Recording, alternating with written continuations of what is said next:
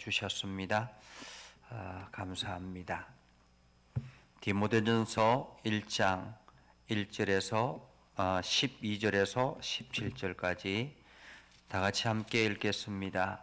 나를 능하게 하신 그리스도 예수 우리 주께 내가 감사함은 나를 충성되이 여겨 내게 직분을 맡기심이니 내가 전에는 비방자요 박해자요 폭행자였으나 도리어 긍휼을 입은 것은 내가 믿지 아니할 때에 알지 못하고 행하였음이라. 우리 주의 은혜가 그리스도 예수 안에 있는 믿음과 사랑과 함께 넘치도록 풍성하였도다. 윗보다 모든 사람이 받을 만한 이 말이여, 그리스도 예수께서 죄인을 구원하시려고 세상에 임하셨다 하였도다. 죄인 중에 내가 괴순이라. 그러나 내가 긍휼을 입은 까닭은 예수 그리스도께서 내게 먼저 일체 오래 참으심을 보이사 후에 주를 믿어 영생 얻는 자들에게 본이 된 게 하려 하심이라. 영원하신 왕 곧 썩지 아니하고 보이지 아니하고 홀로 하나이신 하나님께 존귀와 영광이 영원 무궁토록 있을지어다. 아멘. 오늘도 하나님의 은혜가 여러분에게 가득하기를 바랍니다. 여러분들이 하는 모든 일들이 하나님의 은혜 속에서 하나님의 능력으로 나타나기를 주님의 이름으로 축복합니다. 지금 우리가 수요일 저녁마다 성경 한 권씩을 살펴보고 있는데 오늘은 특별히 디모데전서입니다. 사실 사도 바울이 디모데전서는 사도 바울이 기록한 책인데 사도 바울 자체만으로도 예수 그리스도의 부활의 증거가 되지 않나라는 생각을 합니다. 사실 사도 바울은 예수 믿는 사람들을 잡아 가두고 그들을 심하게 하는 그러한 일을 맡아 주관했던 사람이었습니다. 그럼에도 불구하고 그가 부활하신 예수 그리스도를 만나고 난 뒤에 그의 인생이 180도로 바뀌어서 그는 오히려 예수를 전하는 전도자가 되었습니다. 그리고 그 사도 바울의 전도를 받고 또 믿음의 결단을 했던 사람이 바로 오늘 성경에 나오는 디모데입니다. 그렇기 때문에 이 사도 바울과 디모데 이들을 통해서 예수 그리스도의 그때 당시에 예수 그리스도의 부활이 확신하다라는 것을 다시 한 번 더 우리가 살펴볼 수 있죠. 디모데전서는 디모데후서와 더불어서 디도서와 함께 목회서신이라 그렇게 말할 수 있습니다. 이 목회서신이라는 말은 그 목회적인 관점에서 성도들을 가르치는 관점에서 기록했다라고 볼 수 있습니다. 그래서 이 디모데전서를 받는 이 디모데는 그때 당시에 어린 나이에 에베소 교회를 담당하고 있는 말씀 사역자였습니다. 지금으로 말하면 이제 갓 젊은 아주 목회자라고 말할 수가 있죠. 사도행전에 보면 사도 바울이 로마에서 황제의 재판을 기다리는 동안 가택연금을 당하게 되죠. 그렇게 2년 동안 가택연금을 당하고 난 뒤에 일시적으로 사도 바울이 석방을 하게 됩니다. 감옥에서 석방되고 석방되면서 사도 바울이 이 지역 자기가 복음을 전했던 그러한 지역을 돌면서 다시 한 번 더 복음을 재점검하는 그러한 시기로 가지게 되죠.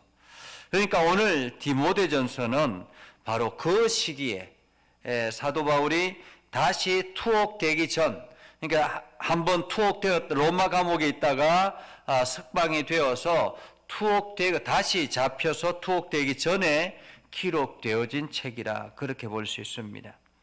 그래서 로마 감옥에 석방된 사도 바울은 소아시아 교회들을 순방하면서 에베소에서 빌립보로부터 온 디모데를 만나게 되죠.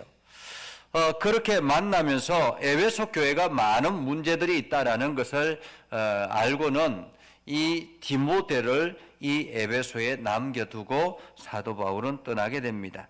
마게도니아 지역을 떠나고 다시 이제 여러 지역을 돌아보고 난 다음에 에베소로 돌아오고자 했지만은 여건이 허락지 않아서 이 어린 디모데에게 편지를 쓰면서 목회는 이런 것이다라는 것을 가르쳐주는 내용이라고 볼 수 있습니다.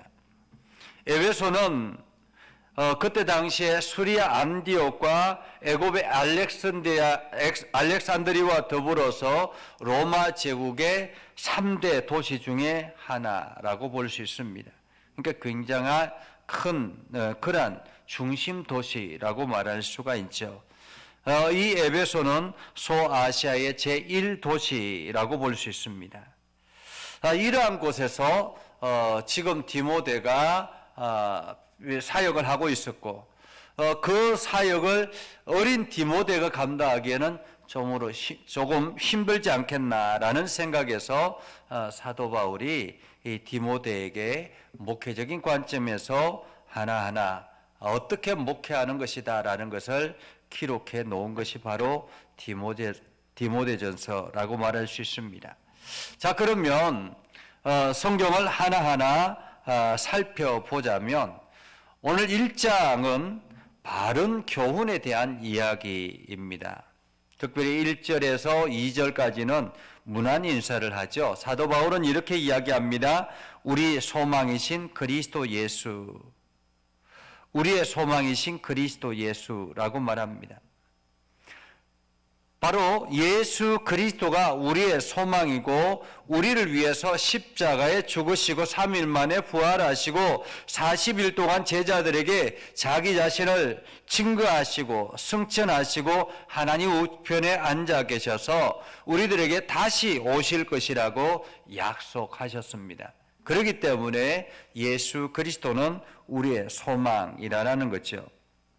오늘 사도 바울은 1절 2절을 통해서 자기가 사도된 것은 자신의 의지가 아니라 하나님의 명령이었다라는 것을 말하고 있습니다. 예수 그리스도의 명령에 따라라고 말하고 있죠. 명령에 따라. 우리 스스로가 그리스도인이 되었고 우리 스스로가 직분자가 되었다라고 생각하지만은 그것은 우리 스스로의 선택이 아니라 하나님의 명령이었다라는 것을 우리는 기억해야 할 것입니다. 그래서 목사가 되고 장로가 되고 권사가 되고 집사가 되고 하는 것은 바로 하나님의 명령이었다라는 거죠. 우리는 단지 그 명령에 순종할 뿐인 것입니다. 그래서 오늘 사도 바울은 하나님의 명령에 따라 사도가 되어서 사랑하는 아들 디모데에게 편지한다고 말합니다. 여기서 디모데는 육신의 아들을 의미하는 것이 아니라 영적인 아들을 의미하죠. 한마디로 성도들은 그리스도 안에서 아름다운 영적인 가족이라는 의미이기도 합니다. 자, 그렇게 해서 3절부터 11절까지는 사도 바울이 디모데에게 다른 교훈에 대해서 경계를 하라라고 이야기를 합니다. 사실 에베소는 우리가 에베소서를 살펴볼 때도 우리가 살펴보았지만은 에베소라는 지역은 우상이 팽배해 있는 그러한 곳입니다.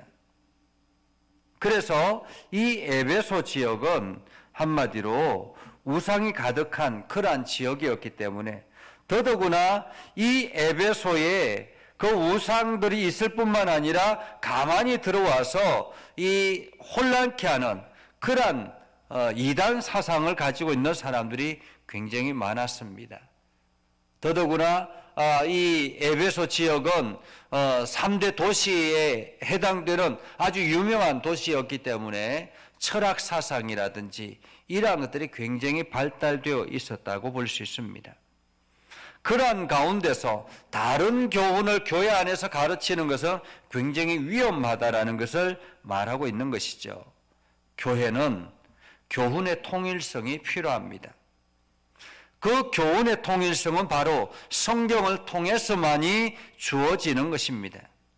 바른 교훈의 목적은 정결한 마음과 선한 양심과 거짓이 없는 믿음에서 나는 사랑이라고 볼 수 있습니다. 우리는 율법이 의인을 위해 주어진 것이 아니라 죄인을 위해서 주어졌음을 알아야 합니다. 율법은 죄를 깨닫게 해주려고 우리에게 주신 것이다라는 거죠.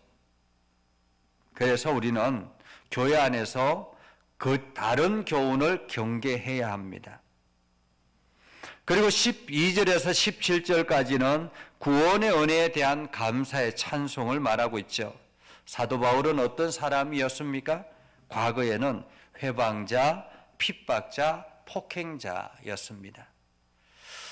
그래서 예수 그리스도를 비방했고 예수 믿는 사람들을 핍박하는 일에 열심을 다했던 그러한 사람이었습니다.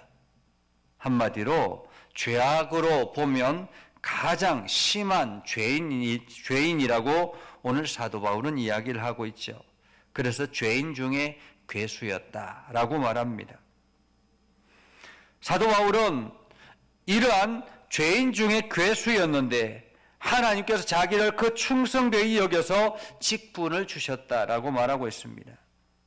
과거에 무지함으로 믿는 이들을 핍박했지만 그 마음만큼은 하나님 앞에 충성하는 일이라고 열심으로 힘을 다했던 그 충성의 마음, 오히려 그 충성의 열정을 하나님께서 사용하셔서 오늘 직분을 주셨다라고 말하고 있습니다. 마치 우리가 이 요한계시록에 보면 라오디게아 교회처럼 뜨겁지도 않고 차지도 아니하는 미지근한 그러한 상태, 어중중한 그러한 신앙의 상태를 가지고 있는 것이 아니라 이 사도 바울은 열정 있는 사람이었습니다. 자기가 옳다고 생각하면 목숨을 내걸고 달려드는 그러한 사람이었습니다. 사도 바울의 그 성향을 하나님께서 사용하셔서라는 말이죠. 그래서 사도 바울은 자기가 죄인 중에 괴수였기 때문에 오히려 세상의 어느 누구도 어떤 죄인도 하나님의 긍휼하심을 입을 수 있는 자격이 있다라는 것을 말하고 있습니다. 한마디로 죄 용서함을 받은 사람들이 죄를 용서해 줄 안다라는 의미이기도 하죠. 이 사도 바울은 자기가 열심히 복음을 전하면서 핍박을 당합니다. 그러나 그 모든 것을 견딜 수 있었던 것은 무엇이었습니까? 자기가 옛날에 그랬다라는 것입니다. 내가 과거에 그랬기 때문에 충분히 저 사람들을 이해할 수 있다라는 거죠. 그래서 더 적극적으로 복음을 전할 수가 있었던 것입니다. 사도 바울은 18절에서 20절까지는 선한 싸움을 싸우라라고 말하고 있습니다. 내가 죄인 중에 괴수였고 주의 긍휼하심으로 내가 하나님의 직분자가 되었기 때문에 우리는 선한 싸움을 싸우는 사람들이 되어야 된다는 것입니다. 선한 싸움. 믿음과 착한 양심을 가지라라고 말하고 있습니다. 영적인 실패자가 되지 말라라는 말이기도 하죠. 교회는 선한 싸움을 싸우는 곳입니다. 한마디로 하나님께서 주신 예언의 말씀을 우리가 받들고 그 말씀에 순종하려고 노력하는 사람이라는 거죠. 그리고 난 다음에 2장에 가면 기도와 선행에 대해서 가르치고 있습니다. 특별히 먼저 1절부터 8절까지는 기도에 대해서 교훈을 하고 있는데요. 우리는 모든 사람을 위해서 기도하며 모든 사람의 구원을 위해서 힘써야 된다라고 말하고 있습니다. 그래서 사도 바울은 기도의 다양한 형태에 대해서 이야기를 하는데요. 간구, 기도, 도고, 감사, 이 모든 것들은 기도의 여러 가지 측면을 말하고 있습니다. 특별히 도고라는 말은 다른 사람들을 위한 기도라는 걸 말합니다. 오늘 사도 바울은 디모데에게 성도들은 하나님, 다른 사람들을 위해서 하나님 앞에 기도해야 된다라고 말하죠. 더더구나 기도해야 될 제목 중에 하나가 왕들과 높은 지위에 있는 자들, 이렇게 표현하고 있습니다. 지금으로 말하면 대통령과 국무총리와 장관들, 국회의원들, 법관들, 이런 사람들을 위해서 기도하라라는 말입니다. 이것은 그 사람들이 정직해서, 그 사람들이 바르게 해서 그들을 위해서 기도해라, 그 사람들이 예수를 믿어서 그들을 위해서 기도하라라는 의미가 아닙니다. 그들이 세상을 다스리고 세상을 이끌어가는 존재이기 때문에 그들을 위해서 기도하라는 말이죠. 기도를 통해서 그들이 바른 선택을 할 수 있도록. 특별히 예레미야에게도 바벨론 포로로 잡혀가 있는 상태에서 그 바벨론 지도자들을 위해서 기도하라라고 이야기합니다. 했던 것처럼, 그 성이 평안하도록 기도하라라고 했던 것처럼, 성도들은 나라와 특별히 이 나라를 이끌어가는 위정자들을 위해서 기도해야 합니다. 그들이 바른 선택, 바른 정책을 할 수 있도록 기도해야 되는 것입니다. 사람들이 교회에서 열심히 핍박하고 또 그 사람들을 여러모로 비난하고 정책을 잘못한다고 원망하고 이렇게 하기 이전에 우리는 먼저 기도해야 한다라는 것입니다. 우리가 모든 사람을 위해서 기도해야 되는 이유는 하나님과 사람 사이의 중보자가 예수 그리스도 뿐이시며, 그를 통해서 하나님의 택한 모든 사람들이 다 구원을 받을 수 있게 하기 때문에 그렇습니다. 그래서 우리는 모든 이들을 위해서 기도하라라고 말하고 있죠. 그리고 9절에서 15절에 대해서는 여자에 대해서 이야기를 합니다. 여성에 대해서 이야기를 하죠. 특별히 이 여성에 대해서 이야기를 하면서 그때 당시에 지금과 그때의 여성과는 많은 차이가 있습니다. 그때에 특별히 이 여성들, 이 가정에 있는 여성들이 아니라 외 밖에 나와서 여러 가지 남자들을 미혹하게 하는 그러한 여성들을 말하고 있죠. 그러한 여성들뿐만 아니라 또한 여러 가지 그 사회 집단 속에서 있는 그러한 여성들은 옷을 단정하게 입고 자신의 정절을 지키려고 노력해야 된다라고 말하고 있습니다. 음란과 호화로운 복장을 통해서 사람들을 미혹하지 말게 해야 된다라는 거죠. 외모로 단장하지 말고 내면을 단장하라라고 이야기를 합니다. 그러면서 성도들은 외면이 아름다운 것이 아니라 내면이 아름다워야 된다라고 말하고 있죠. 자, 계속 이어서 3장으로 가면 감독과 집사의 자격에 대해서 기록하고 있습니다. 한마디로 교회를 이끌어가는 리더의 자격은 무엇인가라는 거죠. 교회를 이끌어가는 리더. 오늘날에 감독은 목사와 장로를 지칭합니다. 그리고 집사는 오늘날에 안수집사나 권사를 의미할 수 있습니다. 자, 그러면 감독의 자격은 무엇인가? 첫 번째는 책망할 것이 없어야 한다라는 거죠. 사상적인 면뿐만 아니라 인격적인 생활적인 면에서도 책망할 것이 없어야 된다고 말하고 있습니다. 그리고 감독은 또한 한 아내의 남편이어야 한다라는 거죠. 이것은 일부 일처를 기본으로 해야 된다라는 말입니다. 세 번째로는 감독은 절제하며 건신해야 한다라는 거죠. 여기서 절제하다라는 말은 맑은 정신을 가지다라는 말입니다. 건신하다라는 말은 자제심을 가지고 있어야 된다라는 말입니다. 다음은 감독은 아담하며 또한 나그네를 대접해야 된다고 말하고 있습니다. 여기서 단정하고 분명히 좋게 그리고 나그네들에게 후하게 대접해야 된다라는 의미이기도 합니다.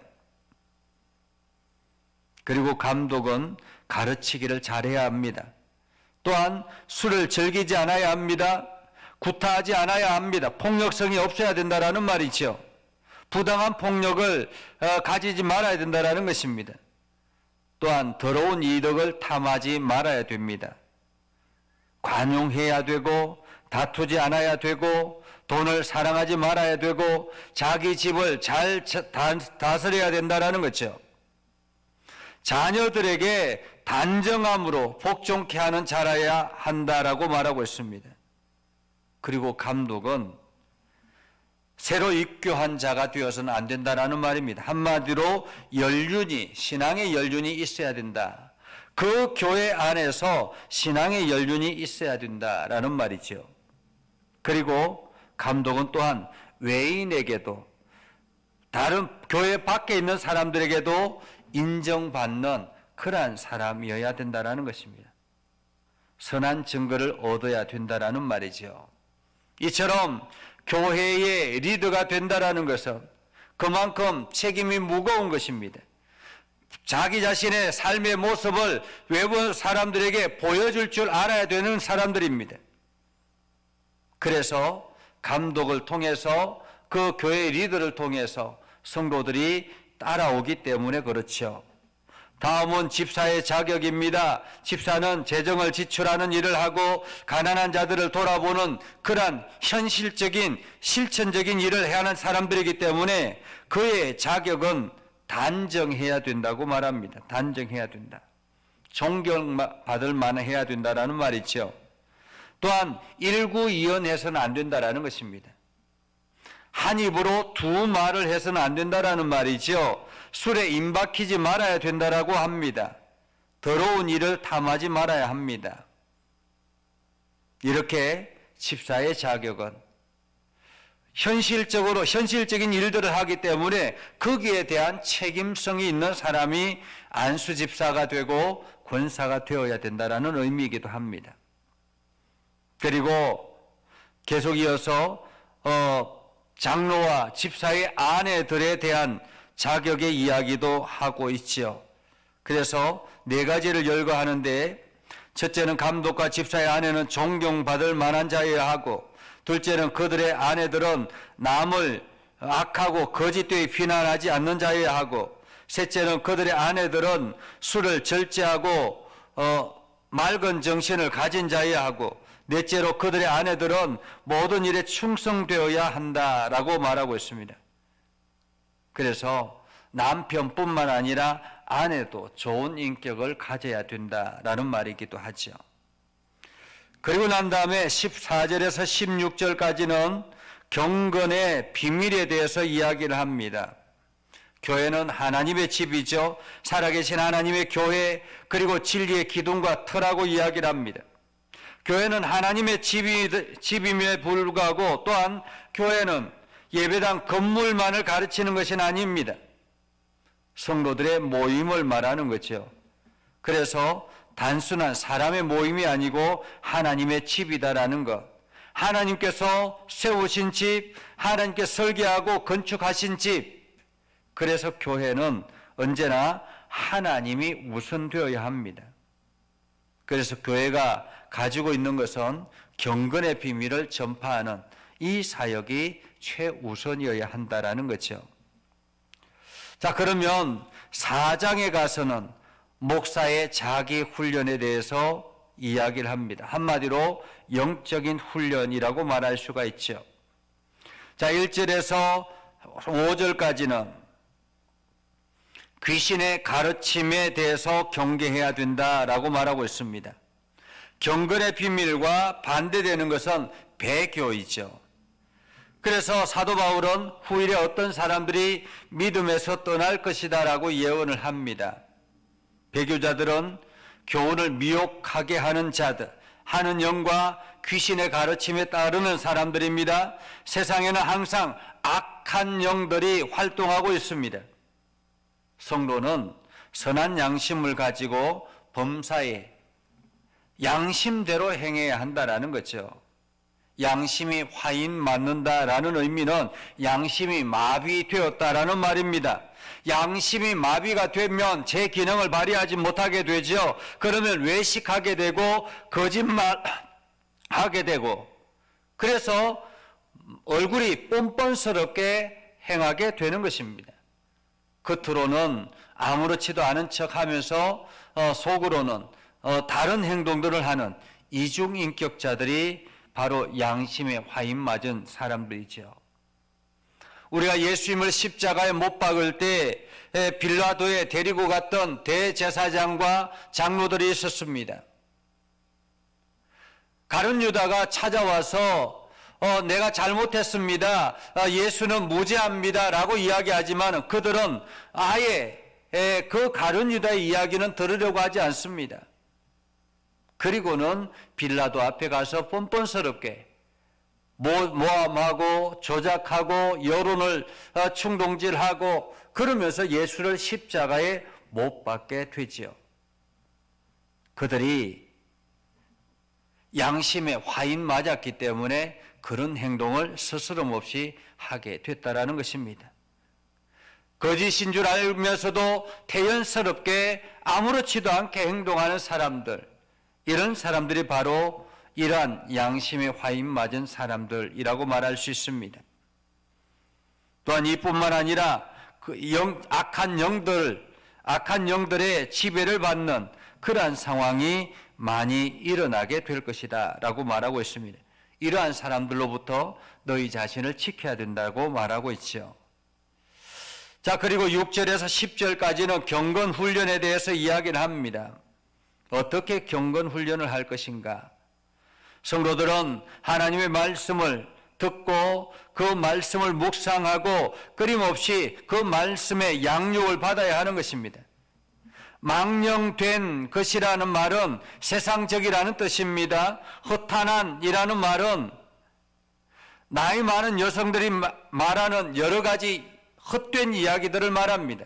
한마디로 신화가 아닌 이야기들, 그 신화와 같이 마치 사실이 아닌 이야기를 가장해서 꾸며낸 그러한 이야기들, 속되고 어리석은 이야기들, 육신의 재미와 즐거움, 쾌락을 위해서 하는 이야기들, 이런 것들은 신앙에 아무런 유익이 없다라는 거죠. 더더구나 요즘 같은 경우에는 영화라든지 어떤 드라마라든지 이러한 것들이 더욱더 악령에 대한 이야기들이 굉장히 많이 만들어지고 있습니다. 마치 마지막 시대를 달려가고 있는 것 같은 그러한 상황이라고 볼 수가 있죠. 사람들은 건강을 위해서 걷거나 달리거나 등산을 합니다. 신체적인 훈련을 합니다. 이렇게 하면 신체적인 훈련이 육신의 유익은 줄 수 있습니다. 그러나 그 육신의 유익이 생명의 안전을 보장하지는 않습니다. 건강관리를 아무리 잘하던 사람도 한순간에 무서운 질병에 침입을 당해서 쓰러지고 목숨을 잃는 경우들이 허다합니다. 그러나 경건훈련은 범사에 유익하다라고 말합니다. 금생과 내생에 약속이 있다라고 이야기하죠. 그렇기 때문에 우리가 육신의 훈련도 중요하지만 더 중요한 것은 경건의 훈련이라는 것입니다. 우리 장로님과 권사님처럼 이렇게 매 순간마다 함께 예배하며 비록 온라인상이지만은 함께 예배하며 말씀을 묵상하고 함께 기도하고 하는 이 모든 것들이 바로 이러한 경건의 훈련이라고 말할 수 있습니다. 그리고 11절에서 16절까지는 자기 훈련에 대해서 이야기를 하죠. 특별히 디모데 같은 경우는 젊은 목회자입니다. 젊은 목회자이기 때문에 말과 행실과 또한 여러 가지 다양한 면에서 세상의 사람들한테 그리고 성도들한테 업신여김을 받지 않도록 자기 자신을 조심해야 된다는 거죠. 그래서 가능하면 말의 본이 되어야 하고 행실의 본이 되어야 하고 사랑이 있어야 되고 심령의 본이 되어야 하고 또한 믿음의 본이 되어야 되고 정절의 본이 되어야 되고 한마디로 자기 삶을 철저하게 훈련해야 된다고 말하고 있습니다. 이것은 젊은 목회자만 그런 것이 아니죠. 성도들은 모두 다가 이러해야 하는 것입니다. 왜냐하면 세상 사람들은 성도들을 지켜보고 있기 때문에 그렇습니다. 그리고 5장에는 성도들을 대하는 태도에 대해서 이야기를 하죠. 특별히 늙은이를 꾸짖지 말고 권하라 라고 이야기합니다. 마치 아버지에게 대하듯이 젊은이나 형제들에게 대하듯이 또한 늙은 여자에게나 어머니에게 대하듯이 모든 사람들에게 이렇게 자기 가족을 대하듯이 정중하게 행동하라라고 말하고 있지요. 그러면서 특별히 주변에 어려운 사람들, 특별히 홀로 된 여성들에 대해서 이야기를 합니다. 나이가 많이 들고 홀로 되어서 돌아볼 가족들도 없는 그러한 여성들, 이러한 여성들은 명부에 올려놓고 그들을 잘 섬겨라 라고 말하고 있죠. 그리고 6장에 가서는 자족하는 생활을 하라라고 말하죠. 자족하는 생활을 하라. 특별히 1절, 2절에 보면 사람들은 자기 위치를 지킬 줄 알아야 된다고 말합니다. 특별히 종에 대한 이야기죠. 그때 당시에 종들이 있었습니다. 이 종들은 자기 위치를 지킬 줄 알아야 된다.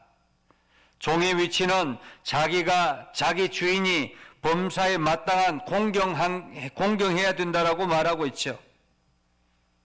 믿는 성도인 종이 자기 주인이 믿는 성도라면 마치 그 형제를 가볍게 여기고 함부로 대해서는 안 된다라는 말이기도 합니다. 왜냐하면 그 사람을 통해서 유익을 받는 것이기 때문에 그렇죠. 이것은 오늘날의 직원들과 회사에 관계되는 일들 속에서도 동일하게 주어지는 일이라고 말할 수 있습니다. 그리고 3절에서 10절까지는 자족하는 마음을 가져야 된다라고 말하고 있죠. 그래서 아무거든지 자족하는 마음을 가져야 된다. 왜냐하면 우리가 빈손으로 왔다가 빈손으로 가기 때문에 세상의 재물을 모아놓았던 재물을 가지고 갈 수 있는 것이 아니기 때문에 경건은 자족하는 삶을 통해서 이루어진다라는 것입니다. 나에게 주어진 것에 감사하고 나에게 주어진 것을 통해서 우리가 최선을 다해서 살아가고 이것이 바로 경건의 시작이라고 볼 수 있습니다. 그리고 11절에서 16절까지는 네 가지 명령에 대해서 이야기를 하는데요. 첫 번째는 이것들을 피하라 라고 말하죠. 이것들을 피하라. 그것은 뭐냐면 경건과 자족함 대신에 돈과 사랑하는 것을 말합니다. 둘째는 의와 경건과 믿음과 사랑과 인내와 온유를 쫓으라 라고 말하죠.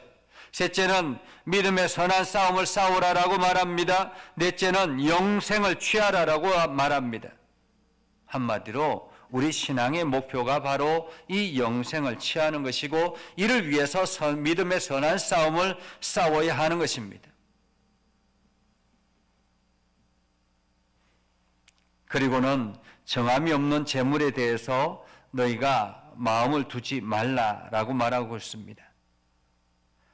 마음을 높이지 말라라고 말하죠. 한마디로 재물이 많으면 마음이 높아지기 쉽습니다. 그러다 보면 교만해지기 쉽습니다. 교만이 가장 위험한 우리 신앙을 무너뜨리는 요소가 된다라는 말입니다. 그래서 정함이 없는 재물에 소망을 두지 말고, 우리가 불확실한 것에 소망을 두지 말고, 오직 우리의 소망은 후히 주사 누르게 하시는 살아계신 하나님께 있다라는 것을 우리가 기억하고 항상 그 일에 최선을 다해라 라고 말하고 있죠. 그래서 선한 일을 행하고 선한 사업에 부하고 나눠주기를 좋아하며 동정하는 자가 되라 라고 오늘 디모데에게 사도 바울은 이야기를 하고 있습니다.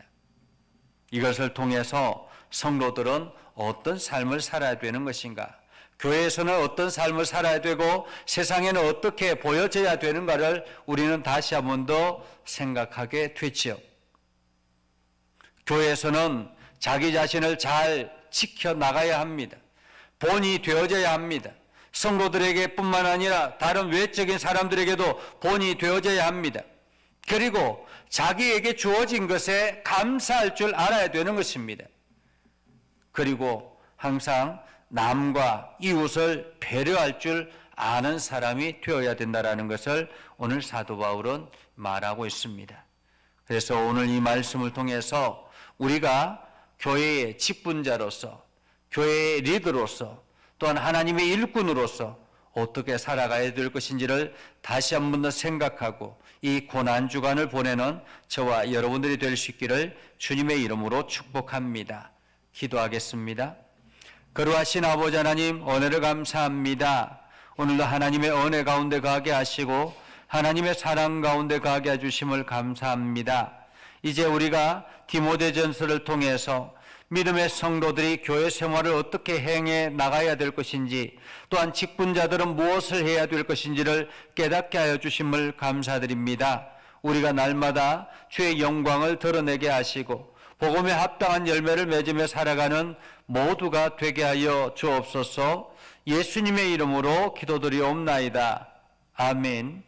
이제는 우리 구주 예수 그리스도의 은혜와 하나님 아버지 극진하신 사랑과 성령님의 감화 감동 역사 위로 교통하시며 은혜가 오늘도 주의 말씀 안에 있는 모든 믿음의 백성들 위해 하는 모든 일들 위해 영원토록 함께 하옵시기를 간절히 축원하옵나이다. 아멘.